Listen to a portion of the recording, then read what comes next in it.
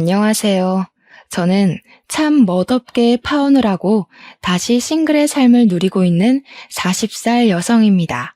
말 그대로 전 사랑하는 예비 신랑과 상당히 쪽팔린 상황에 처해 기가 막히게 파혼을 했습니다. 그때 일을 다시 회상하기만 해도 얼굴이 시뻘개진 상황이었죠. 제가 결혼을 준비하기에는 적은 나이가 아니기 때문에 사리분별 잘하고 야무지게 결혼할 줄 알았다고 생각한 사람들이 제 주위에 많습니다. 그런데 결혼을 막상 준비해보고 나니까 결혼은 나이가 중요한 게 아니란 걸 깨달았어요. 나이를 먹어도 어떤 난관이든 실수하는 사람이 수두룩하고요. 나이 어려도 똑똑한 사람 무지 많습니다. 인생은 어찌 보면 경험치 차이에 따라 선후배로 나눠져야 되는 게 아닌가 싶네요. 저는 잘 나가는 커리어 우먼입니다. 업무에 대해선 저 스스로 능력 있는 여자라 자부할 수 있지만 결혼 관념만큼은 사회 초년생이나 다름없는 사람이더라고요. 말을 나름 거창하게 표현해 저 스스로를 포장해봤지만 실상은 그냥 무지해서 바보같이 뒤통수 당한 사람이에요. 아직도 그날을 생각하면 서름보단 창피함이 몰려옵니다. 저의 잘못이란 걸 저 또한 무척 잘 알고 있으니 나이 먹고 왜 저러나 하는 시선보다는 저럴 수도 있겠구나 생각하며 들어주셨으면 합니다. 제게는 진실한 사랑이라고 느낄만 했던 시기가 좀 늦게 찾아왔습니다. 살면서 연애를 안 해본 건 아니지만 그동안 결혼하고 싶을 만큼 이렇다 할 남자가 없어서 짧게 만나고 헤어지길 반복했어요.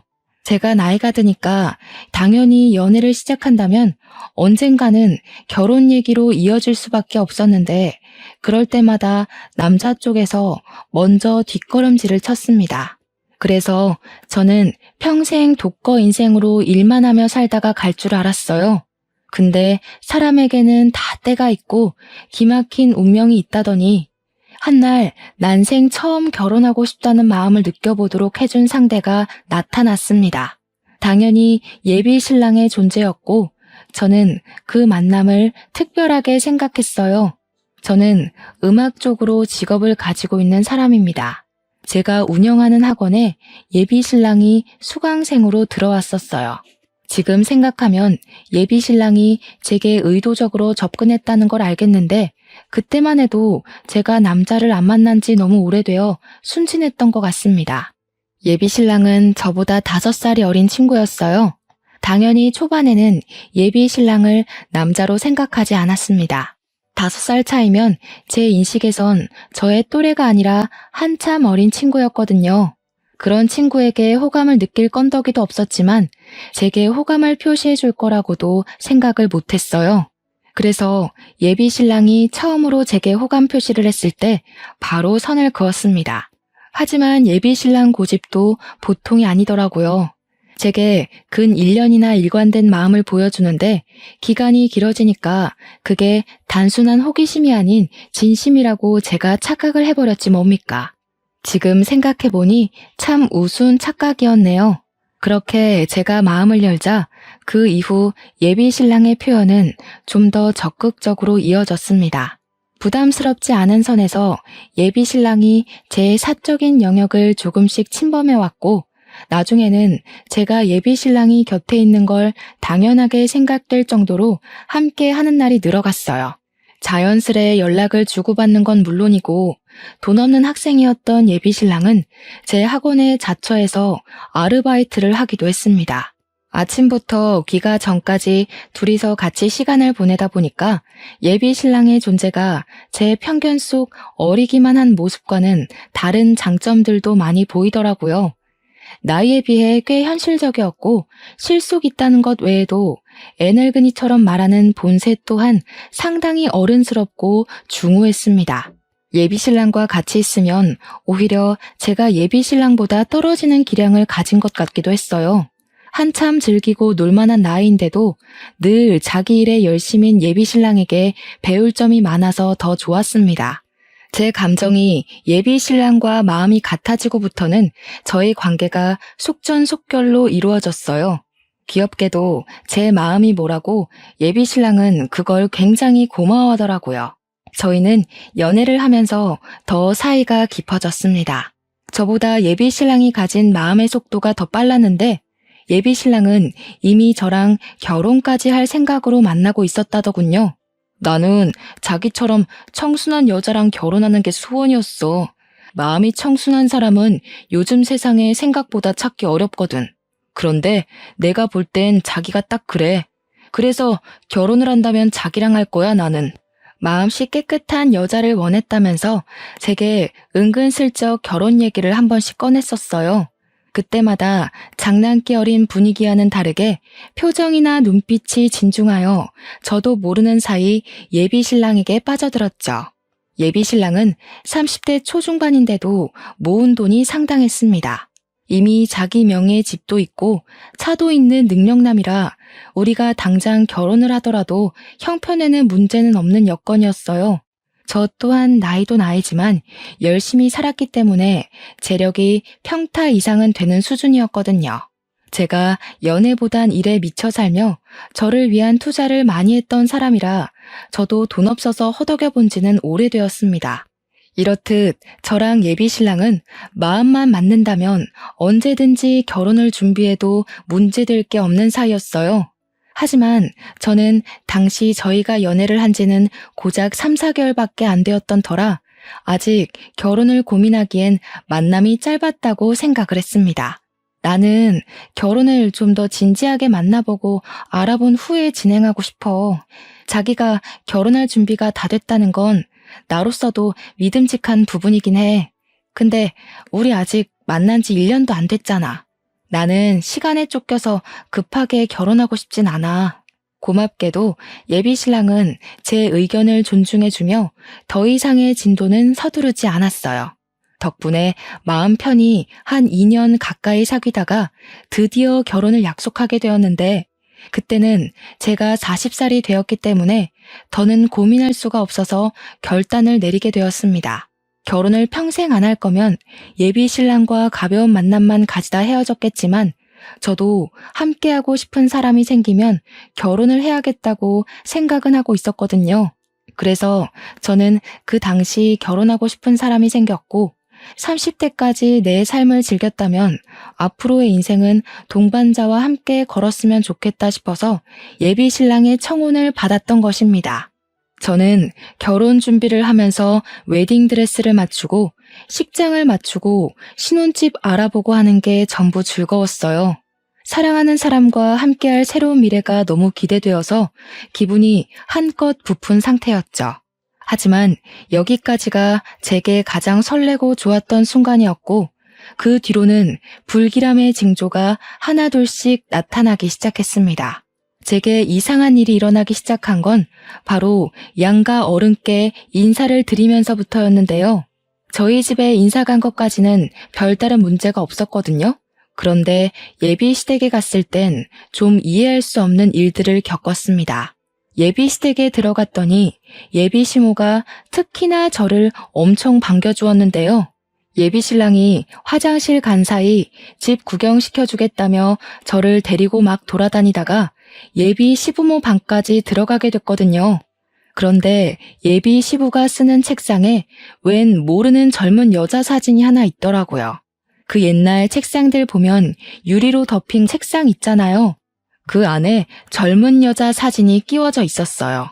예비 시모의 젊은 모습이라고 하기엔 사진 자체가 너무 현대식이라서 예비 시모는 아닌 듯 했고 예비 신랑한테 여동생이나 누나가 있냐고 하니 그건 또 아니었거든요. 웬만하면 모른 채 할 수도 있었지만 책상에 끼워놓을 정도면 어느 정도 소중한 사람이라는 거 아닙니까? 그래서 저는 대놓고 예비 시모한테 물어봐야 했어요. 물론 혹시 실례될 질문일지도 모르니 빙빙 둘러서 말입니다. 어머님, 이분은 누구세요? 대영 씨는 외동이라고 알고 있는데 혹시 어머님 젊었을 때예요? 되게 미인이시다. 옛날 사진을 요즘식으로 인화하신 거예요? 그렇게 물었더니 예비 시모가 자기 아들 자랑을 술술술 하다가 제가 가리키는 걸 보곤 급당황을 했습니다. 그리곤 사진에 대한 얘기는 생략하고 이상한 동문서답을 했어요. 이제 그만 밥 먹자더니 저를 데리고 급하게 거실 밖으로 나와버렸죠. 어르신이라서 그런지 아니면 제가 정말 물으면 안 될 일을 물어서 그런 건지 예비 시모 행동이 너무 부자연스럽더라고요. 그렇게 수상쩍게 나오는데 제가 더 궁금하지 않겠습니까? 일단 예비 시댁에선 마무리 잘하고 나와서 예비 신랑한테 따로 그 사진의 존재를 물었습니다. 엄마가 그 사진 아직 안 치웠나 보네? 사실 내가 지난번에 전 약혼녀 얘기한 적 있잖아. 걔랑 결혼까지 갈 뻔한 사이였는데 걔가 알고 보니 자기 집 형편을 사기쳤더라고. 그래서 파혼한 사람이야. 그러니까 한마디로 전 약혼녀 사진이 버젓이 있다는 겁니다. 그런데도 예비 시부모가 전 약혼녀 사진을 갖고 있는 건 예비 시댁과 그녀가 많이 친했었다고 그래서 그녀의 소식을 가끔씩 궁금해한다고 하는 겁니다. 예비 신랑은 제가 괜히 신경 쓸까봐 그는 그녀 욕을 더 하면서 자기 입장에서는 꼴도 보기 싫은 여자라고 했습니다. 예비 신랑이 파혼했다는 이력을 못 들은 게 아니었기에 그냥 싶었는데 그 변명 자체가 제게 그리 개운한 변명은 아니었어요. 도대체 전 약혼녀랑 집안이 얼마나 가까웠길래 도대체 그녀가 얼마나 자기 집 형편으로 사기를 쳤길래 책상에 사진까지 복원할 정도로 좋았던 관계가 파혼으로 치달았나 궁금했습니다. 물론 전 약혼녀랑 파혼하는 덕에 제가 예비 신랑을 만난 거라 당시에는 그저 그녀가 예비 신랑을 놓쳐줘서 고맙게만 느껴졌어요. 그렇게 결혼식 날짜가 3주 뒤로 바짝 다가왔습니다. 저와 예비 신랑의 관계는 여느 때처럼 돈독했어요. 당시 저는 앞으로 다가올 성대한식을 위해서 살도 빼야 하고 피부 관리도 해야 하고 신혼여행지도 알아봐야 하고 이런저런 일들 때문에 정신없이 보냈는데요. 그 때문에 예비 시댁에서 봤던 그 사진 여부에 대해선 까맣게 잊어버리고 있었습니다. 그렇게 한창 바쁘게 지내고 있던 날 제게 문자 하나가 왔어요. 모르는 번호였지만 결코 무시할 수 없는 저를 향한 경고 메시지 같은 거였는데요. 저더러 현재 만나고 있는 사람이 김대영 씨 맞냐고. 그 사람 사기꾼이니까 결혼하지 말라는 간결하고도 강한 경고가 날라왔었어요. 느닷없이 날라온 문자는 황당한 내용이었음에도 불구하고 제 등골에 초름을 쫙 일으켰습니다. 근거 없는 말이니 무시하면 된다지만 이상하게 그 브레이커를 밟은 것처럼 제 심장이 덜컥 멈추게 되더라고요. 이 사람은 누군데 제 예비 신랑을 알고 있고 사기꾼이라고 하고 결혼을 하지 말라는 건지, 우리가 결혼을 한다는 사실은 또 어떻게 알고 있는 건지 머리를 굴리면 굴릴수록 의문투성이었습니다. 그냥 지나칠 수 없는 문자였으나 검증되지 않은 메시지이니 일단은 답장을 하지 않고 그날을 넘겼습니다. 그럼에도 그날은 하루 종일 제 머릿속에 그 문자 내용들만이 가득했어요. 그리고 바로 그 다음날 제가 답장이라도 해주길 바라는 건지 같은 번호로 비슷한 분위기의 문자가 또 날라오더라고요. 문자 내용은 역시나 예비 신랑과 결혼을 하지 말라는 협박조의 설득이었죠. 저더러 자기 꼴 나고 싶지 않으면 당장 헤어지라면서 예비 신랑이 집도 차도 다 자기 명의라고 하지 않냐고 그거 다 구라라고 했고 예비 신랑이 본래 순진한 여자 께서 등쳐먹고 쉽게 살려는 제비 새끼라는 욕들이 가득한 내용이었습니다. 이런 문자는 하루 이틀을 시작으로 매일매일 날라오기 시작했어요. 그럴 때마다 저는 계속 읽고 무시했고 그 찝찝한 문자를 그저 누군가의 장난일 뿐이라고만 생각하려 했습니다. 하지만 그런 부정의 문자를 계속 받다 보니 점점 정신이 이상해지는 것 같더라고요. 시간이 갈수록 문자의 황당한 내용들이 진짜처럼 느껴지지 뭡니까? 아직 예비 신랑한테 말은 안 한 상태였어요. 문자 내용을 보면 볼수록 이걸 보내는 당사자가 예비 신랑과 결혼 직전에 헤어졌다던 전 약혼녀의 존재 같았거든요. 왠지 제가 먼저 상황의 진위를 알아내고 싶었습니다. 혹시라도 이 문자들이 사실이라면요? 썩은 동아줄이 아니라면요? 당연히 제게 더 소중한 사람의 말을 믿어야겠지만 아마 다들 이런 의문의 메시지를 받는다면 대부분 흔들릴 거라고 생각합니다. 무슨 첩보 영화도 아니고 제가 왜 이런 수상쩍은 메시지를 받으면서 파혼을 협박당하고 있는 건지 당시에는 이것만으로도 충분히 현실적이지 못하다는 생각도 했었어요. 믿어야 되나 말아야 되나 그걸로만 고민한 지 한 2주 정도 되었을 때 저는 더 이상 혼자서 이 사실을 감당 못할 거라고 보고 예비 신랑에게 그간 받았던 문자 내용을 밝히기로 마음을 먹었습니다. 그래도 결혼식을 일주일 앞둔 예비 신부 입장에서 당연히 예비 신랑 쪽을 믿어야겠다는 일말의 신의로 물어본 거였죠. 대체 이 여자는 누군데 자기더러 사기꾼이래? 대꾸 안 하려고 했는데 솔직히 내가 결혼할 남자로 자꾸 이런 소리 들으면 나 좀 불안하거든. 제가 받은 문자를 보자마자 예비 신랑은 사색이 되더니 깜짝 놀라더군요. 그러고는 왜 진작 얘기 안 했냐고 갑자기 성질을 내더라고요. 그러다가 또 혼자 진정해서는 저를 안아주었습니다. 내가 예전에 전 약혼녀 얘기했었지. 걔가 나한테 집안 사기쳐서 파혼했다고 했잖아. 나한테 보복하려고 너 신상캐서 이 짓 하는 것 같은데. 당장 차단해. 상대해줄 가치도 없는 여자야. 보복을 무슨 이런 식으로 하는데? 내 번호는 또 어떻게 알아서 이러는 거래? 이거 엄연히 범죄야. 자기도 이 여자가 이러는 거 몰랐을 정도면 이거 경찰에 신고해야 돼. 하는 짓이 정말 스토킹이잖아. 원래 뭐 없는 애들이 더 그리 추잡하게 나오는 거야.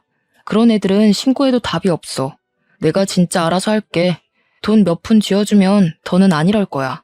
돈 몇 푼을 쥐어주는 것도 제 입장에서는 이해가 되지 않아서 예비 신랑을 말렸습니다. 그냥 신고하면 경찰이 생각보다 깔끔하게 처리해준다고 말했더니 예비 신랑이 절대적으로 자신이 알아서 하겠다는 의사를 보이더라고요. 그렇게 혼자서 갈팡질팡한 태도를 보이던 예비 신랑은 제 휴대폰을 가져가더니 전 약혼녀 번호를 차단했습니다. 이미 그런 행동만으로도 예비 신랑의 존재가 제게는 부자연스럽게 비쳤어요. 하지만 문제는 제게만 오는 문자가 아니었다는 겁니다. 문자는 그저 약과에 불과했는데요. 한날 엄마한테서 전화가 오더라고요. 받았더니 뭐라는 줄 아시나요? 아직도 이 부분은 기가 찹니다. 선주야, 나한테 이상한 문자가 하나 왔다. 어떤 사람이 네 신랑더러 뭣도 가진 것 없는 빈털털이니까 집안 망하기 싫으면 딸 결혼 말리라면서 이상한 소리를 하네. 이게 다 무슨 말이니? 이 문자 받고 네 아빠랑 얼마나 놀랐다고. 이때부터 저는 이게 예산일이 아니라는 걸 본능적으로 느꼈어요.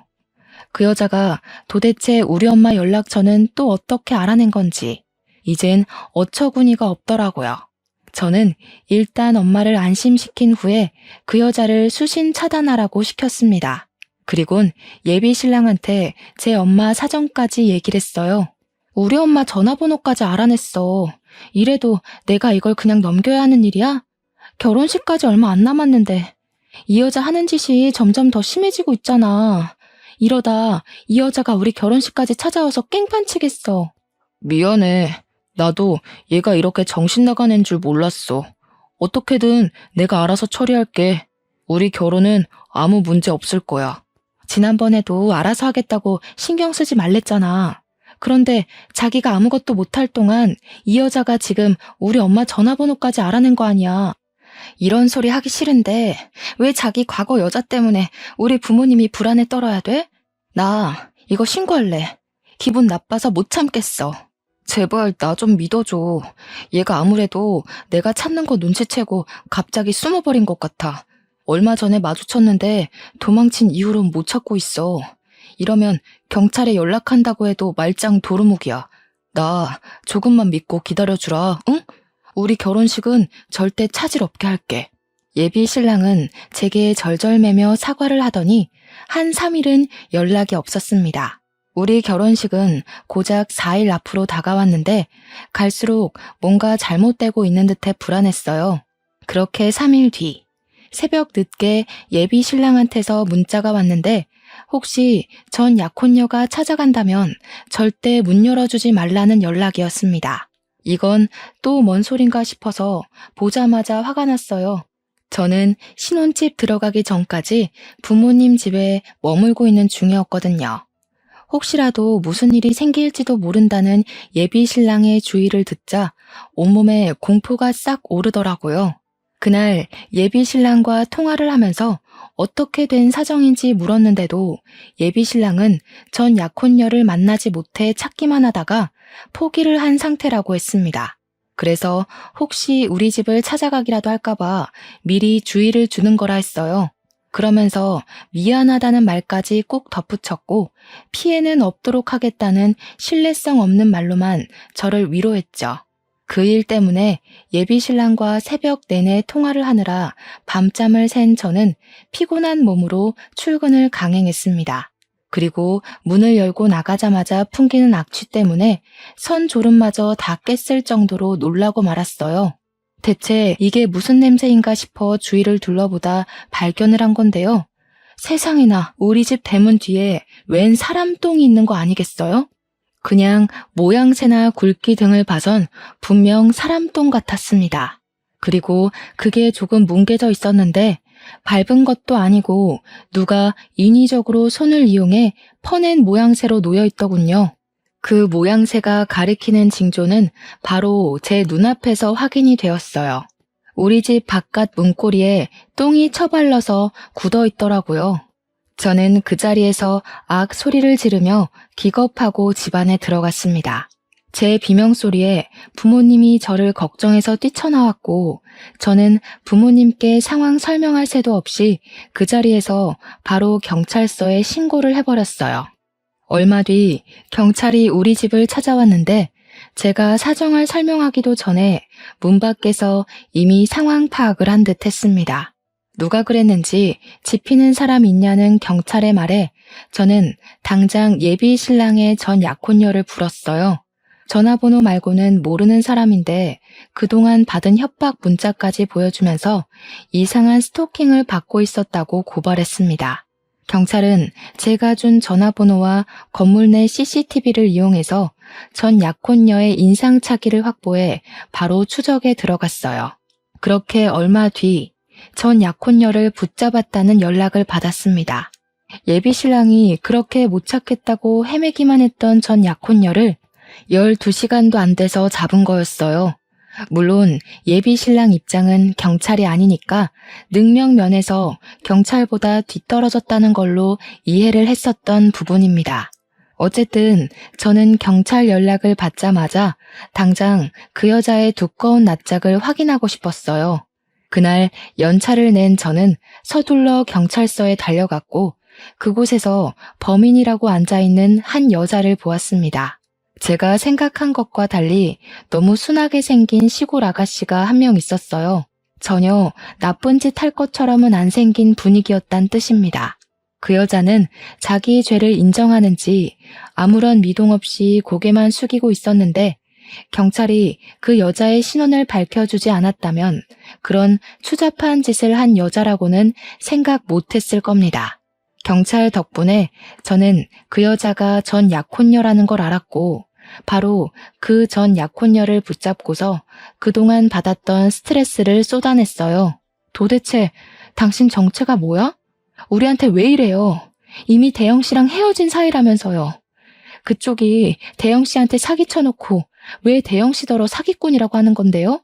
이거 엄연히 스토킹이에요. 이럴수록 그쪽만 더러운 꼴 당하는 거 몰라요? 그 인간이 그러던가요? 저보고 사기꾼이라고? 아주 살려고 발버둥을 치고 있구만. 저기요.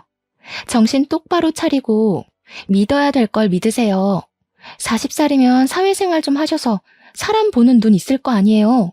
그 인간이 하는 말 중에서 여태껏 확신할 만한 구석이 있었던가요?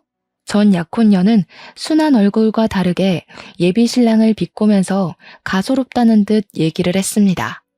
그리고 저는 이 여자의 말을 다시 곱씹을 수밖에 없었어요. 예비 신랑이 하는 말에 확신한 적 있었냐는 전 약혼녀의 도발은 저를 더 불안하게 만들었거든요. 저도 모르게 예비 신랑의 행실을 곱씹어 봤는데 이 여자 질문에 알맞은 답이 당장 떠오르지 않더라고요. 결국 저한테 고맙다고 인사하게 될걸요? 제가 그쪽을 도울 입장으로 이런 흙구덩이에 발을 담그는 건 아니고요. 저도 크게 당한 게 있어서요. 저야말로 그 자식 좀 만나고 싶은데 이 쥐새끼 같은 놈이 보통 날쌘 게 아니네요. 무슨 소리예요? 대영 씨를 만나고 싶다고요? 대영 씨가 당신 찾으려고 얼마나 마음 졸였는데요. 지금도 우리 결혼식 앞두고 당신이 이상한 문자로 협박하는 바람에 혼자서 당신 찾느라 생활도 엉망이 됐다고요. 그 자식이 말은 참 잘하죠. 전생에 진짜 들치라도 됐나 봐요. 어쩜 그렇게 쥐구멍을 잘도 찾아서 빠져나가는지. 그쪽이 아직도 상황 파악 못하는 것 같아서 말하는데 공생이랑 기생을 좀 구분하세요. 제가 당시 너무 정신없어서 경찰서까지 갔던 상황을 아직 예비 신랑한테 얘기 못하고 있었는데요. 지금 생각해보면 예비 신랑한테 바로 얘기 못했던 게 천만다행이었던 것 같아요. 제게 다소 세게 발언하면서까지 전 약혼녀가 저를 정신 차리게 하려던 건 다 이유가 있었더라고요. 이제부터 밝혀질 전 약혼녀와의 얘기와 그녀가 제게 보여준 증거물은 예비 신랑 때문에 낭떠러지로 떨어질 뻔한 저의 인생을 구제해 주었습니다. 그 새끼 돈 많은 척 다 가진 척 하면서 마음이 청순한 여자가 이상형이라고 안 해요? 너 같은 여자랑 결혼하는 게 꿈이라고 안 하던가요? 그거 다 그 새끼 수법이에요. 이 정도로 뒤구린 인간이면 사정을 잘 몰라도 결혼식을 취소해야 되겠다는 생각 안 들어요? 나 같으면 진이 따지고 말고 할 것 없이 그런 찝찝한 놈 바로 버릴 텐데. 전 약혼녀 입에서 예비 신랑이 제게 했던 고백을 듣는 것만으로도 이미 충격인데 그녀가 하는 말은 더 이상 제가 예비 신랑을 신뢰할 수 없도록 만들었습니다. 예비 신랑이 전 약혼녀한테 접근했던 건 예비 신랑이 전 약혼녀에 대한 사전 조사를 제대로 안 해서 전 약혼녀가 상가 건물 몇 채는 갖고 있는 줄 알고 접근을 했었다네요. 뒤늦게 전 약혼녀에게 몇 억 가치의 건물이 없다는 걸 알고는 가차없이 버렸다고 했어요. 그런데 중요한 건 이런 수법을 당한 여자가 한둘이 아니었다는 겁니다. 전 약혼녀는 자기가 제일 긴 세월간 예비 신랑한테 사기를 당했다가 까였고 자기 부모님 통장을 훔쳐간 예비 신랑을 쫓기 위해서 이를 갈며 예비 신랑의 다른 약혼녀들까지 만나서 고소하기로 마음을 모아왔다고 했어요. 그러면서 제게 보여준 고소 동의란에는 무려 18개의 서명이 기재되어 있었습니다. 그 여자들은 제 눈앞에 있는 전 약혼녀를 빼고는 하나같이 예비 신랑보다 연상이었고 재산이 기본적으로 억대에다 직업은 한 자리 하는 사람들이라고 했어요. 그러니까 전 약혼녀는 예비 신랑의 실패작 같은 부분이었다는 걸로 해석이 되었습니다. 그래서 전 약혼녀와 만난 시간이 아까웠던지 그녀의 부모님 통장에 손을 댔었나 봐요. 모든 걸 세세하게 들었음에도 이건 결국 말뿐이라고만 생각하고 싶었던 게 당시 제 마음이었어요. 소중한 사람에게 당한 배신을 한순간에 믿는다는 거, 그거 정말 어려운 일이거든요. 그리고 예비 신랑을 향한 제 마음속의 기대가 단 한 톨도 남지 않을 때까지 믿어야만 돌아설 때도 미련 없이 등을 보일 수 있잖아요. 이 사람들이 우리 신랑이랑 관련 있다는 걸 어떻게 증명해요? 개인적인 앙금 때문에 일 꾸며서 우리 사이 망치려는 거 아니에요? 그쪽 집안 형편 안 좋은 편이라면서요. 괜히 우리 신랑 재력이 아까워서 붙잡고 싶은 거 아닌가요? 부정하고 싶겠죠. 저뿐만 아니라 고소에 동의한 여자들도 다 그쪽처럼 그렇게 부정했대요. 새파랗게 어린 놈한테 사기당한 게 쪽팔려서 모른 척 눈 감고 넘겼던 건데 아직도 그렇게 살고 있다고 하니까 늦게나마 깜빵에 넣고 싶나 봐요. 다들 저한테 뭘 보내줬는지 아세요? 저는 이미 심하게 흔들려 버렸지만 예비 신랑이 제게 보여준 진심이 거짓이었다는 걸 믿고 싶지 않아서 자꾸만 전 약혼녀한테 따졌어요. 어쩌면 저도 모르게 예비 신랑을 마음 놓고 돌아설 수 있도록 더 확실한 증거를 갈구했다고 봐도 될 것 같네요. 그렇게 저는 전 약혼녀가 마지막으로 보여주는 증거물에서 완벽하게 무너지고 말았는데요. 그녀가 보여준 것은 다름 아닌 18명의 여자들이 보내온 예비 신랑과의 웨딩 사진이었어요. 그 순간 저는 남아있던 일말의 기대마저 내려놓고서 그만 주저앉고 말았습니다. 결혼식을 고작 3일 앞둔 날이었는데 저의 모든 앞날이 와르르 무너져 앞이 깜깜한 기분이었어요. 머릿속이 새하였죠.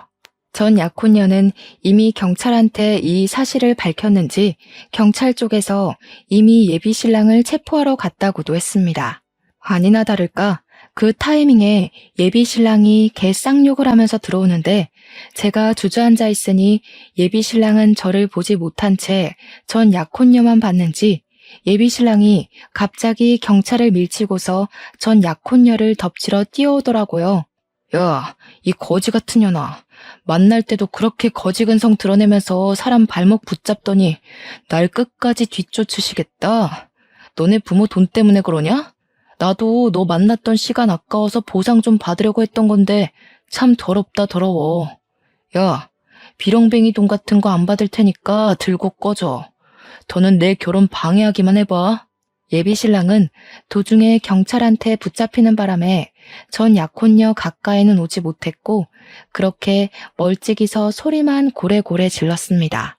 듣자 하니 전 약혼녀 말대로 이 여자 부모님의 돈을 훔친 것도 맞고 예비 신랑의 말씨가 저급하다는 것도 알겠더라고요. 전 약혼녀를 대하는 태도만 봐도 제가 들은 모든 사실이 루머가 아니라는 것 정도는 눈치챌 수 있었습니다. 충격에 한참 주저앉아만 있던 제가 뒤늦게 자리에서 일어나니까 예비 신랑이 깜짝 놀라서 그대로 다리에 힘이 풀리더라고요. 그 처량한 꼴이 예비 신랑의 실체를 보여주는 것 같아서 더 울분이 터졌습니다. 예비 신랑은 경찰을 바로 뿌리치고 제게 달려왔어요. 자기가 왜 어떻게 여기 있어? 이 여자가 또 뭐라고 한 거지? 둘이 따로 만났던 거야? 이 여자 정신 나갔으니까 내가 연락하지 말라고 했잖아. 예비 신랑은 혼자서 극도로 흥분을 했다가 불안해하면서 금세 제 손을 잡아왔습니다. 이제 보니 이런 오락가락한 태도가 예비 신랑의 특징인 것 같더군요. 화냈다가 바로 꼬리 내리는 짓 말입니다. 뭐가 그렇게 놓치기 아까워서 나한테 끝까지 숨겼니? 네가 나한테 알아서 하겠다고 떵떵거려 놓고 정작 보여준 게 이런 꼴인데 내가 뭘 얼마나 더 믿어줘야 돼? 지금 이 여자가 하는 말보다 네 말이 더 개똥으로 들리는데? 그래, 알아. 그럴 수밖에 없겠지. 나는 저 여자 입노름에 당하고 있는 피해자고 저녀는 가해자니까. 작정하고 얘기를 꾸며온 사람이랑 밑도 끝도 없이 당하는 사람이랑 어떻게 말하는 수준이 같겠어. 예비 신랑은 제 손을 불끈 쥐고서 어떻게든 저의 돌아간 눈빛을 되찾으려고 노력했습니다. 하지만 제 머릿속의 생각은 온전히 한 방향뿐이었어요. 제게 믿음을 갈구하는 이 손으로 예비 신랑이 18명 여자의 뒤통수를 쳤다는 생각에 그저 화가 치밀어 오르기만 했죠. 이제는 저까지 해서 19명을 속인 셈이겠네요. 이 상태로 예비 신랑을 믿기에는 제가 너무 많은 걸 알아버렸고 온갖 정이 다 떨어져서 소름까지 끼쳤으니 예비 신랑한테 돌아가기엔 너무 멀리 와버렸습니다. 저는 예비 신랑의 손길을 바로 뿌리치곤 그대로 귀싸대기를 한데 뒤통수까지 2대를 날렸어요. 야, 이 정신 나간 새끼야. 나는 그래도 너 끝까지 믿으려고 했어. 누가 누구한테 사기를 쳐? 인생이 만만하니? 그렇게 심심했어? 어떻게 18명을 등쳐먹을 수가 있어? 저기요. 왜 다른 여자 말을 믿냐고. 내가 말했잖아. 저 여자 스토커 같은 거야. 나 자기한텐 다 떳떳하다니까. 왜 증명되지도 않은 루머를 믿고 그래? 네가 정상적인 새끼였으면 이런 상황이 꼬이지도 않았겠지. 누나들이 돈 좀 있을 것 같으니까 어떻게든 연상한테 붙어먹으려고 그랬니? 참 좋은 여자들로 잘도 골랐더라. 이런 것도 재주라고 봐주고 눈 감아줘야 되는 거야? 무슨 얘기를 어떻게 꼬아들었는지 모르겠는데 내가 사기친 게 아니라 그 여자들한테 사기를 당한 거라고. 제정신이 아니고서야 어떻게 그 많은 사람들한테 한 놈이 사기를 치겠어. 어느 쪽이 좀 더 실현 가능한 일인지를 잘 판단해 봐야지. 무작정 듣는 대로 믿으면 어떡해. 예비 신랑은 정말 끝까지 잘못을 인정하지 않고 꽁무니를 빼더군요. 도대체 뭘 믿고 경찰서에서까지 발뺌을 하는 건지 놀랍기만 했습니다. 황당했던 저는 전 약혼녀 폰에 있는 18개 웨딩 사진을 예비 신랑 눈앞에 들이밀었어요. 그러니까 이젠 뭐라고 하는 줄 아십니까? 그 여자들이랑 연애만 했대요. 하지만 사귀는 절대 친정은 없었고 단지 웨딩 사진을 찍기만 하면 관계가 파투났다면서 자기한테 그런 안 좋은 사주 같은 게 신 것 같다는 등의 해명을 하기 시작했습니다. 그 와중에도 저와의 결혼만큼은 밀어붙이고 싶었는지 자기의 파혼 팔자 좀 고쳐달라고 우스운 소리로 매달리지 뭡니까? 네 놈이 사람을 얼마나 호구로 봤는지 모르겠는데 하나 간과한 게 있다. 누나들이 너보다 배운 게 더 많아서 하찮은 제비새끼한테 당한 거 쉬쉬 못 넘겨주거든. 돈 없이는 이 세상 못 살 것 같지? 깜빵 세계는 등 처먹으면서까지 돈 구걸 안 해도 잘 살 수 있는 곳이거든. 너한테 아주 딱인 곳이라서 우리가 친히 처박아 두려고. 감방 존재는 또 무서운지 예비 신랑이 시겁해서 무릎까지 꿇었는데요. 찌질하게 질질 짜면서 그제야 진실을 고백하더라고요. 사기친 것도 인정을 했고 저한테 부끄러운 짓을 한 것도 맞는다고요.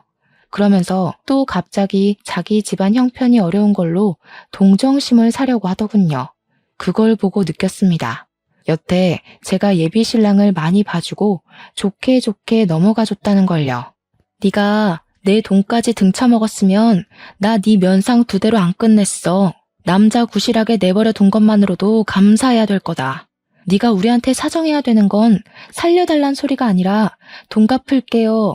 그래야 되는 거야 이 애새끼야. 이참에 깜빵 가서 인생교육 좀 받다 나와. 이미 경찰 내부의 사람들은 무릎 꿇고 있는 예비 신랑을 하찮게 바라보는 분위기였습니다. 거기다 대고 전 약혼녀는 그런 예비 신랑 앞에서 그동안 예비 신랑이 사기쳤던 연상녀들 이름을 다 읊어주었어요. 변호사 선임비 많이 들겠다고 파이팅 응원을 해줬죠. 정말 제가 다 쪽팔려서 고개를 들기가 힘들었습니다. 저런 사기꾼 하나 알아보지 못하고 그동안 저놈 옆에서 시시덕거리며 보낸 세월이 모조리 창피함으로 남아버렸어요. 요즘 말로 흑역사라고 하나요? 사연 쓰는 곳이 아니었다면 제 지인들 앞에서는 감히 얘기를 꺼내보지도 못했을 정도로 민망했습니다. 그래도 저는 돈을 뺏기지 않아 다행인 셈이었어요. 다른 여자들은 예비 신랑한테 빌려준 돈이 상당하더라고요. 아마 제가 경제관념에서는 다소 냉정한 타입이라 예비 신랑이 은근슬쩍 보냈던 시그널을 못 알아챈 것일 수도 있습니다. 어쩌면 예비 신랑이 제게 돈을 뜯어가지 못해서 저와 결혼까지 진행하려고 했을 수도 있겠네요. 이래나 저래나 저는 운 좋게 나름대로 피해자 신세를 면했잖아요. 전 약혼녀들의 존재는 저를 공포스럽게 만들었지만 그들 덕분에 인생을 구제받은 셈이니 저는 예비 신랑 고소하는 데는 힘을 보태주기로 했어요. 다시는 이딴 사기꾼 새끼가 사람 마음 가지고 돈을 해먹는 일이 없도록 SNS에 신상까지 까발렸습니다. 저뿐만 아니라 18명 여자들도 전부 도움을 보태주는 덕에 예비 신랑 얼굴을 알리는 건 순식간이었어요. 아, 그리고 전 약혼녀는 저희 집에 똥 처바른 처벌을 따로 받게 되었는데요. 제가 그것만큼은 도무지 이해가 안 돼서 대체 왜 그랬냐고 다시 한 번 더 물었습니다. 그러니 전 약혼녀가 하는 말이 저한테 강하게 충격을 주지 않으면 또 예비 신랑한테 끔뻑 속는 피해자가 생길 것 같아서였다고 해요. 당연히 사람 똥은 아니고 개똥을 모아서 만들어 놓은 거라고 했습니다. 전 약혼녀는 뒤늦게나마 제게 진심으로 사과를 했어요. 그 여자의 말이 변명이었든 아니든 간에 제가 납득할 수 있을 만한 해명이었습니다. 실제로 제가 그런 강력한 방법 덕분에 제가 예비 신랑을 떼어놓을 수는 있었잖아요. 그래서 저는 전 약혼녀 쪽에서 문짝 전체를 배상하는 걸로 하고 합의해줬습니다. 그리고 고소 진행도 방지턱 하나 없이 속전속결 진행되었어요. 예비신랑은 수많은 대상을 상대로 대략 6억 원가량을 상습 사기친 죄로 4년 유기징역에 처해졌다고 들었습니다. 제가 맞은 뒤통수의 세기에 비하면 아주 허망한 결론이었지만 그래도 불구덩이에 발 담그기 직전에 빠져나올 수 있어 다행으로 보려고 해요. 그런데 역시나 잘못 밟을 뻔했던 똥은 근처만 가도 냄새에 배이는 법인가 봐요. 예비신랑이 잘못되었다는 사실 때문에 예비시댁에서 제게 따로 연락이 왔었는데 저를 뭘 얼마나 봤다고 엄청나게 배신을 당한 것처럼 원망을 하더라고요. 내가 너 그렇게 안 봤는데 감히 내 아들을 감옥에 보내? 내 아들이 무슨 사기를 쳤다고 그러냐? 여태까지 아무런 문제 없이 효도하면서 잘만 살아온 착한 아들이야. 어디 그런 쪽팔린 이유를 만들어다가 남의 집 귀한 자식한테 먹칠을 해? 이보세요. 저희가 상견례 안 한 이유는 뭔 줄 알고 큰 소리세요? 그쪽 아드님께서 그쪽들이 말실수라도 할까봐 입막음 시키려고 생략한 거랍니다. 긴 말하기 싫고 아드님 쪽팔린 죄명을 믿든 말든 그건 내 알 바 아니고요. 이미 피해자들이 그놈 잡아먹으려고 쌍심지를 켜고 있어요. 아들 목숨 건사하길 바라면 사기꾼 부모답게 집안에 꽁꽁 숨어서 사시는 게 좋을걸요? 그날 예비 시모 전화를 깔끔하게 마무리했지만 왠지 이쪽 사정을 예비 신랑의 전 약혼녀한테 알려주고 싶더라고요. 예비 시댁에서 전 약혼녀랑 많이 친했었다고 했잖아요. 그래서 전 약혼녀한테 예비 시모 연락처를 넘기며 예비 시댁의 입장을 전달해 주었습니다. 그랬더니 전 약혼녀가 예비 시모한테 바로 전화를 걸었나 보더라고요. 예비 시모가 엄청 환대를 했다는데 거기다 대고 전 약혼녀는 자기 돈 내놓으라면서 당신 아들이 우리 부모님 돈 훔쳐갔다고 고래고래 소리를 질렀다네요. 예비 시모가 식겁하고 전화를 먼저 끊었는데 전 약혼녀가 끈질기게 연락을 하며 끝까지 돈을 갈구하고 있다고 했습니다. 그 말을 듣고 예비 시모 표정이 상상되어 얼마나 웃겼는지 몰라요. 동시에 좀 씁쓸한 감정이 밀려오는 건 어쩔 수가 없더라고요. 살면서 사기를 당하게 될 줄은 몰랐는데 그게 내가 사랑하는 사람 때문이라는 사실은 제게 큰 공허감을 주었습니다. 고작 별 볼 일 없는 사기꾼의 행각에 노란한 것이지만 그것에 제 인생 가치관이 크게 흔들려 버렸잖아요. 아마 당분간은 일에만 몰두하지 않을까 싶어요. 앞으로도 쉽게 결혼을 생각해 보는 일은 없을 것 같습니다. 그동안 많이 안다고 자부했던 제 자신을 반성하게 되는 시간이기도 했으니 불행을 이쯤에서 막은 걸 행운이라고 생각하렵니다. 사연을 마무리 짓는 이 와중에도 창피해서 얼굴이 화끈거리네요. 저라도 지나가다 이런 사연이 보이면 고개를 저었을 것 같긴 합니다. 그래도 사연 당사자 입장에서 말씀드리자면 말은 창피하다 전했어도 힘든 건 힘든 거더라고요. 근본적으로 제가 소중히 생각하고 믿던 사람에 대한 배신이잖아요. 이런 부분을 생각하고 들어주셨다면 제 허탈한 기분이 좀 더 잘 전달되지 않았을까 싶습니다. 아무튼 나이 40살이 되어서야 한 번 더 인생을 돌아보게 된 한 노처녀의 속풀이였어요. 재미있게 들어주셨다면 감사하고 쓴소리 한마디 던지겠다면 달게 받겠습니다. 그럼 늘 인생 평안하시고 부름만 쏙쏙 골라서 피해가는 지혜를 잔뜩 받으시길 기원할게요. 감사합니다.